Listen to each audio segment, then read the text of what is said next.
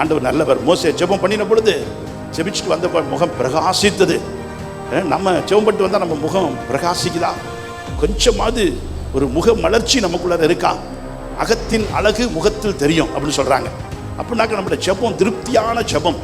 ஆண்டவரை பாடுவதில் திருப்தி, ஆண்டோட வேத வசனத்தை வாசித்து தியானிப்பதில் ஒரு திருப்தி, அவ்விடத்திலே நம்முடைய பிரச்சனையெல்லாம் சொல்லி ஜெபம் பண்ணுவதிலே, தேவனுக்கு நம்முடைய காரியத்தை பூரா தெரியப்படுத்துவதிலே திருப்தியாக தெரியப்படுத்தி விடுவது. இப்படி முடிச்சுட்டு நம்ம வெளியில் வந்தால் நமக்குள்ளார ஒரு அக மகிழ்ச்சி இருக்கும். அகம் உள்ளத்தில் ஒரு மகிழ்ச்சி, இனம் புரியாத ஒரு சந்தோஷம், சமாதானம் இருக்கும். அந்த சமாதானத்தினுடைய ரிஃப்ளெக்ஷன் நம்ம முகத்தில் இருக்கும். ஆனால் பைபிளில் நான் பொறுத்தரவே சொன்னேன், 34 வாசிக்கிற பொழுது போடப்பட்டிருக்குது, அவர்கள் அவரை நோக்கி பார்த்து பிரகாசமடைந்தார்கள், அந்த முகங்கள் வெட்கமடையவில்லை. நீங்கள் நான் ஆண்டோடு வைத்திருக்கிற அந்த உறவு சரியாக இருக்குமானால், நம்முடைய அக்கிரமம் பிரிக்குது, நம்முடைய பாவம் அவர் செவி கொடுக்க முடியல, அவர் முகத்தை நமக்கு காமிக்க மாட்டேங்கிறாரு, அவர் முகத்தையும் நம்ம பார்க்க முடியல. அப்போ நான் எவ்வளோ நஷ்டப்படுகிறோம்.